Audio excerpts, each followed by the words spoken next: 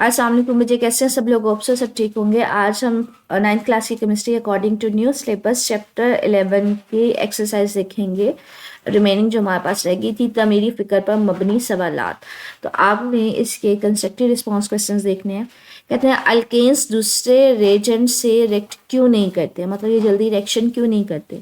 अच्छा, अल्केन्स हमने पढ़ा था हमारे पास ना, ऐसे कंपाउंड्स को बोलते हैं जिसमें कार्बन और हाइड्रोजन के दरमियान सिंगल बॉन्ड होता है या कार्बन कार्बन के दरमियान सिंगल बॉन्ड होता है। ठीक है, तो ये सारे सिंगल बॉन्ड ट्रिपल 3 कार्बन होंगे, सब में हमारे पास सिंगल बॉन्ड होता है। हर कार्बन के पास ना बच्चे 4 इलेक्ट्रॉन होते हैं, तो ये कार्बन है, इसके पास 4 इलेक्ट्रॉन है, उसने 4 इलेक्ट्रॉन जो है चारों हाइड्रोजन के साथ शेयर किए, इस हाइड्रोजन के साथ भी, इसके साथ भी, इसके साथ भी, इसके साथ भी, तो कोवलेंट बॉन्ड बनाया हुआ है। लेकिन अगर यहाँ पे 2 कार्बन है तो इसके 4 इलेक्ट्रॉन थे, उसने 3 हाइड्रोजन के साथ एक इस कार्बन के साथ शेयर किया, इसके पास भी 4 थे तो इसने 4 इलेक्ट्रॉन जो है वो चारों शेयर किए। तो वो कहते हैं चारों इलेक्ट्रॉन जो हैं वो शेयर करके अपने 8 इलेक्ट्रॉन पूरे कर लेते हैं। 8 इसके इलेक्ट्रॉन पूरे हो जाते हैं। कोई सा भी एटम कब स्टेबल होता है जिसमें उसके 8 इलेक्ट्रॉन पूरे होते हैं, तो इसने 4 अपने इलेक्ट्रॉन शेयर किए के 8 पूरे किए होते हैं, एक इसके साथ, एक इसके साथ, एक इसके साथ, इसने भी 8 पूरे किए होते हैं। इसी तरह से यहाँ पे भी ये सारे पूरे, इसने 3 कार्बन है तो तीनों ने अपने अपने 8 इलेक्ट्रॉन जो है वो पूरे किए होते हैं शेयर करके। अब ये जो एक तो पहली बात कि इनके 8 इलेक्ट्रॉन पूरे हो गए होते हैं, दूसरा ये नॉन पोलर होते हैं, मतलब किसी के ऊपर भी पोल्स नहीं बने होते। मतलब पोल्स का मतलब है प्लस माइनस चार्ज। पता है ये कोवलेंट बॉन्ड जब बनता है ना हमारे पास, तो ये जब भी कोवलेंट बॉन्ड बनता है, फॉर एग्जाम्पल 2 एटम्स के दरमियान, ये कार्बन है ये हाइड्रोजन है, तो वो क्या करते हैं बच्चे, अपना एक एक इलेक्ट्रॉन जो है ना वो शेयर करते हैं। ये इलेक्ट्रॉन शेयर करता है, ये इलेक्ट्रॉन इलेक्ट्रॉन शेयर करने का मतलब है दोनों इलेक्ट्रॉन अब इसके भी माने जाते हैं, ये इसके भी माने जाते हैं, किसी एक की तरफ ये ज़्यादा कम नहीं होता।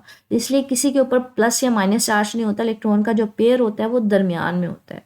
तो हम कहते हैं इस तरह से इलेक्ट्रॉन ये शेयर हो रहा होता है। तो हम यही बात कर रहे हैं कि ये जो इलेक्ट्रॉन है या बॉन्ड है ये नॉन पोलर होगा, मतलब किसी के ऊपर भी प्लस माइनस चार्ज नहीं आएगा। ठीक है, तो यहाँ पे इसी चीज़ को आंसर में कह रहा है कि हमारे पास रिएक्ट क्यों नहीं करते।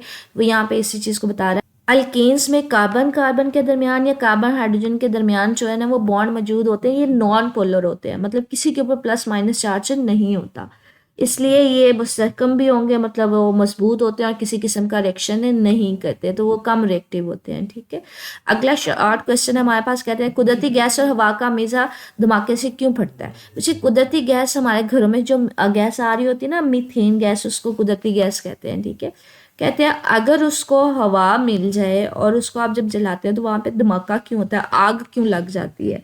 तो बच्चे हमारे पास यहाँ पे इसी चीज़ का आंसर वो कह रहा है। कहते हैं कुदरती गैस और हवा का कंपाउंड जो इंतहाई आतिशगीर कंपाउंड है। या आप अगर कुदरती गैस को और हवा को मिला देते हो ना, और जैसे ही आप उसको थोड़ी सी कह लें कि माचिस लगाओगे तो वो आग बड़ी जल्दी पकड़ लेते हैं। जब इसे जलाया जाता है, वही बात मैं कर रही हूँ, जब इसको इग्निशन दी जाती है, मतलब माचिस की तीली के जरिए जलाया जाता है, तो ये तेज़ी से एनर्जी खारिज करता है जो धमाके का बायस बनती है। तो हम कहते हैं कि ये धमाके का बायस बन जाती है। एक तो नॉर्मल हमारे घरों में कुदरती गैस आ रही होती है ना, तो वहाँ पे अगर आप उसको थोड़ी सी ऑक्सीजन देते हैं तो आपने देखा होगा आग पकड़ लेती है, आप खाना वगैरह पका लेते हैं। लेकिन खुदा ना खासा अगर आपने सुना हो कभी कि सारी रात गैस खारी निकलती रही, जैसे सुबह ज़रा सी कोई कह ले आग लगती है, तो वो बड़ी जल्दी धमाके की फॉर्म में होता है कि अगर कहीं पे बहुत ज़्यादा गैस हो जाए ना, कुदरती गैस मौजूद आ जाए, मतलब चूल्हा जलता मतलब ओपन ही वैसे ही छोड़ दिया जाए लेकिन उसको बंद ना किया जाए, तो आप लोगों ने अक्सर सुना होगा कि आग लग गई, क्या हुआ, सारी रात हीटर चलता रहा या चूल्हा जलता रहा। वो बेसिकली यही होता है कि वहाँ पे धमाका लग जाता है, बहुत ज़्यादा एनर्जी खारिज हो रही होती है। तो इसी चीज़ को बता रहा है कि ये हमारे पास कुदरती गैस होती है, मीथेन गैस। आपके पास ये हवा में ऑक्सीजन मौजूद होती है, जैसे ही आप इसको टेम्परेचर देते हो, मतलब माचिस की तीली जलाते हो, तो जब मीथेन ऑक्सीजन के साथ मिलती है तो वहाँ से एनर्जी खारिज होती है बहुत ज़्यादा। ठीक है, तो यहाँ पे इसी चीज़ को कह रहा है कि ये बहुत ज़्यादा आतिशगीर होती है, बड़ी जल्दी आग पकड़ती है। नॉर्मल जब घरों में गैस आ रही होती है, जैसे ही आप माचिस जलाते हो आग लग जाती है ना, आप उसको खाना पका लेते हो।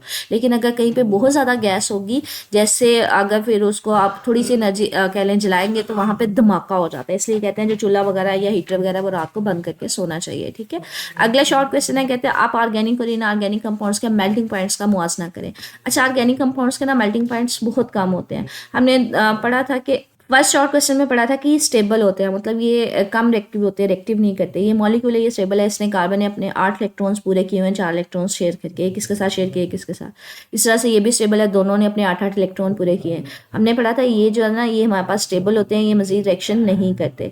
अब ये देखें, ये मेरे पास एक मॉलिक्यूल है अल्केन का, इथेन का मॉलिक्यूल है। अब ये स्टेबल है, ये भी एक इथेन का मॉलिक्यूल है, ये भी स्टेबल है। तो ये आपस में रिएक्शन, ये बहुत कम रिएक्शन करते हैं। तो हम कहते हैं मॉलिक्यूल्स के दरमियान की जो फोर्स है वो बहुत ज़्यादा कमज़ोर होती है। इसी तरह से ये तीसरा कोई अल्केन इथेन का मॉलिक्यूल है। अब मॉलिक्यूल्स के आपस की जो फोर्सेस हैं, इंटरमॉलिक्यूलर फोर्सेस, वो मजबूत नहीं होती, वो कमज़ोर होती हैं। इसलिए हम इसको थोड़ा सा भी टेम्परेचर देंगे ये जल्दी बॉयल हो जाएंगी, क्योंकि ये जो फोर्सेज हैं जो हल्की थोड़ी सी होती हैं वो टूट जाती हैं। दूसरा, ये नॉन पोलर होते हैं, इनके ऊपर कोई पोल्स नहीं होते। बच्चे अगर यहाँ पे यही कोई प्लस माइनस वाला साब होता है ना, कोई मॉलिक्यूल होता है उसके ऊपर प्लस या माइनस चार्ज होता है, पोलर होता है, तो जो माइनस वाला है वो दूसरे मॉलिक्यूल के पॉजिटिव को अट्रैक्ट कर लेता है, जैसे ये ऑक्सीजन ये हाइड्रोजन को अट्रैक्ट करता। इसी तरह से अगर HCl है, इसके ऊपर माइनस चार्ज है तो ये हाइड्रोजन को अट्रैक्ट कर लेता है, उसके ऊपर प्लस चार्ज है। ये केस इसमें नहीं होता अल्केन्स में। अल्केन्स में क्या होता है, किसी किस्म का प्लस माइनस चार्ज नहीं होता, इसलिए मॉलिक्यूल्स के दरमियान जो फोर्सेज होते हैं वो बहुत ज़्यादा कमज़ोर होती हैं, क्योंकि ये भी स्टेबल होता है, ये भी स्टेबल होता है, ये आपस में एक दूसरे को अट्रैक्ट नहीं कर रहे होते। तो एग्जैक्टली इसका आंसर देख लेते हैं, वो यहाँ पे क्या कह रहे हैं। वो यहाँ पे इसी बात को कह रहा है कि ऑर्गेनिक कंपाउंड्स में वीक इंटरमॉलिक्यूलर फोर्सेज होती हैं, एक दूसरे के मॉलिक्यूल्स के दरमियान जो फोर्सेज होती हैं वो कमज़ोर होती हैं, इसलिए इनको थोड़ी सी भी एनर्जी देंगे, टेम्परेचर देते हैं, वो जल्दी बॉयल भी हो जाते हैं, मेल्ट भी हो जाते हैं। तो इसलिए कह रहे हैं इनका मेल्टिंग और बॉइलिंग पॉइंट्स क्या होते हैं, कम होते हैं। ठीक है बच्चे, आगे ये 3 जो शॉर्ट क्वेश्चन है ये हमारे पास रिड्यूस सिलेबस में नहीं है, तो हम ये नहीं करेंगे।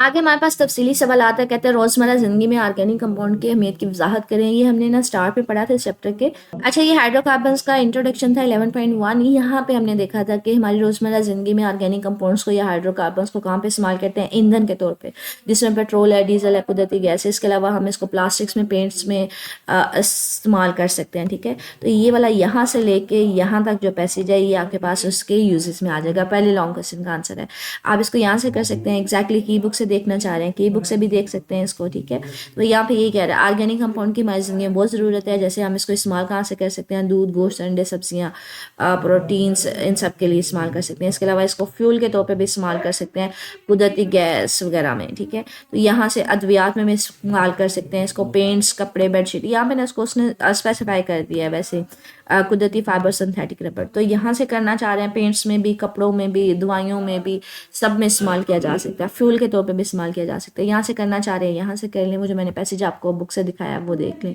वो करना चाह रहे हैं तो ठीक है। यहाँ से करना चाह रहे हैं तो यहाँ से कर लें, मतलब इसको वो एक साथ ही कर रहा है ना, वहाँ पे वो लहदा कर रहा है। जैसे यहाँ पे दवाइयाँ भी कर दिया, इसने मसनूई अशिया भी कर दिया है, पेंट्स भी बोल दिया है, अब प्लास्टिक्स भी बोल दिया, वहाँ पे इन सबको लहदा कर रहा है। यहाँ पे उसको ईंधन के तौर पे इस्तेमाल कर रहा है, वहाँ पे भी उसको लहदा कर दिया। तो वहाँ पे उसने ना अलग-अलग बता दिया। ठीक है, दवाइयों में अलग करेंगे, कपड़ों में अलहदा करेंगे, जलाने के लिए अलहदा करेंगे, खुराक के लिए अलहदा करेंगे। तो आप इसको अलहदा एक साथ भी कर सकते हैं, ये भी कर सकते हैं। ठीक है, जैसे आपकी चॉइस है। अगला क्वेश्चन देखते हैं, कहते हैं आप कार्बन जो है बतौर एलिमेंट इतना अहम क्यों है कि केमिस्ट्री की पूरी शाख ही इसके ऊपर मौजूद है, ये मबनी है। अच्छा, अल्केन्स में हमने देखा था कि कार्बन का ना बड़े ज़्यादा स्ट्रक्चर पॉसिबल है हाइड्रोकार्बन में, कि अगर एक कार्बन होगा उसका स्ट्रक्चर और होगा, 2 कार्बन होंगे और 3 और 4 और, तो बहुत ज़्यादा स्ट्रक्चर्स पॉसिबल है। इसके अलावा हमने ये पढ़ा था कि लंबी चेन्स भी बनाते हैं, ये ब्रांच्ड चेन्स भी बनाते हैं, शाखों वाली ब्रांच चेन भी बनाते हैं, ये देखें शाखों वाली। इसके अलावा हमने ये भी पढ़ा था कि ये रिंग्स भी बना सकते हैं, तो बहुत ज़्यादा इसके स्ट्रक्चर पॉसिबल है। ठीक है, तो इतने ज़्यादा कंपाउंड बन जाते हैं कि हम कह सकते हैं कि इसके ऊपर अलहदा से हम एक पूरी शाख बना सकते हैं। तो वो यहाँ पे इसी चीज़ को बता रहा है कि कार्बन की एक यूनिक सलाहियत है कि ये दूसरे कार्बन एटम्स के साथ, ये हाइड्रोजन के साथ ना कोवलेंट बॉन्ड बनाते हैं, और कोवलेंट बॉन्ड बना के ना ये लंबी लंबी चेन्स बना सकते हैं, या फिर कम्प्लेक्स स्ट्रक्चर मतलब शाखों वाली चेन्स या फिर रिंग्स बना सकते हैं। इसलिए ये हम कह सकते हैं कि हमें एक अलहदा से शाख की बुनियाद हमें बनानी पड़ी। अच्छा, ये वाला क्वेश्चन रिड्यूस सिलेबस में नहीं है। चौथे पे आ जाएं, अल्केन्स के लिए आयोपैक तरीका। ये आपको जब मैंने लॉन्ग क्वेश्चन करवाया था तब मैंने कहा भी था, इसका मैं आंसर अगेन मार्क करवा देती हूँ टॉपिक में से। 11.2 हमारे पास टॉपिक है इसका आयोपैक। यहाँ से हम स्टार्ट करेंगे। IUPAC the international union of pure applied and chemistry. तो ये सारा यहाँ से स्टार्ट होगा। ये साथ में मुझे एक एग्जाम्पल भी कोट कीजिएगा लास्ट में। ठीक है, यहाँ तक ये आपके पास लॉन्ग क्वेश्चन जो है वो ख़त्म हो जाएगा। 5-6 सवाल बच्चे आपके पास सिलेबस में नहीं है। तहकीकी सवालात पे आ जाए बच्चे। पहला सवाल जो है वो कटिंग हुआ है। दूसरा कहता है नीम के पत्ते या नीम का जो दरख्त है हमारे मुल्क में उगने वाला आम दरख्त है, इसके तबई फ़वाइद बताएं। ये एक जनरल नॉलेज वाला क्वेश्चन है, मतलब बहुत ज़्यादा वो नहीं है, इस चैप्टर से रिलेटेड नहीं है, लेकिन नॉर्मल सा क्वेश्चन है। कहते हैं जो नीम है ये एंटी बैक्टीरियल है, बैक्टीरिया के अगेंस्ट इसका इस्तेमाल किया जा सकता है। कहीं पे फंगस वगैरह लग जाए वहाँ पे इस्तेमाल किया जा सकता है। एंटी इन्फ्लामेंट्री, मतलब बॉडी में कोई रिएक्शन हो जाए, मतलब इरिटेशन हो जाए, कोई सोजिश हो जाए, इरिटेशन हो जाए, वहाँ पे इस्तेमाल किया जा सकता है। इसके अलावा इसको इम्यूनिटी को बढ़ाने के लिए कुछ लोग नीम का गर्म पानी भी पी लेते हैं, कम्युनिटी को बढ़ाने के लिए। इसको कीड़े मार अद्वियात के तौर पर भी इस्तेमाल किया जाता है। नीम के पत्ते अक्सर आपने देखे होंगे, आपके घरों में भी लगा होता है ये दरख्त। ये यूजुअली नीम का दरख्त होता है जो हमारे इर्द गिर्द जो है ना, ये नीम के पत्ते होते हैं, ठीक है, जो हमारे घरों में लगा होता है। अगला क्वेश्चन देखते हैं हमारे पास। नेक्स्ट क्वेश्चन है, कहते हैं चंद मशहूर दुआओं के नाम बताएं जो आप इस्तेमाल तो करते हैं लेकिन आपको नहीं पता था कि वो ऑर्गेनिक कंपाउंड है। वो ऑर्गेनिक कंपाउंड है।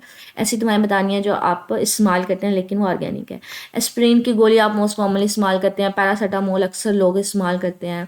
ब्रुफन की इस्तेमाल करते हैं। पेंसिलिन हम इस्तेमाल करते हैं। पेंसिलिन बेसिकली एंटीबायोटिक होती है। और विटामिन जो है ना, विटामिन सी जैसी दवाइयाँ जो है वो इस्तेमाल करते हैं। तो ये सारी की सारी हम डेली लाइफ में इस्तेमाल तो करते हैं लेकिन हमें ये सारी जो है ऑर्गेनिक कंपाउंड्स हैं, ठीक है। तो ये सारी इसमें आ जाएंगी, आपने सिर्फ उनके नाम बताने हैं। अब हमारे पास बच्चे ये अगले जो 2 चैप्टर्स हैं वो रिड्यूस सिलेबस में ना दोनों क्रॉस होके हुए हैं, वो दोनों ही नहीं कर रहे। अब आपने सिर्फ चैप्टर 11 तक करना है, तो ये उसकी एक्सरसाइज के रिमेनिंग क्वेश्चन थे। इसमें से मज़ीद बच्चे कुछ पूछना हुआ मेरे से, कुछ रह गया हो आपकी केमिस्ट्री की बुक का, मुझे ज़रूर मेंशन कर दीजिएगा। कोई क्वेश्चन हो वो भी पूछ लीजिएगा कमेंट सेक्शन में। ओके, अल्लाह हाफिज़।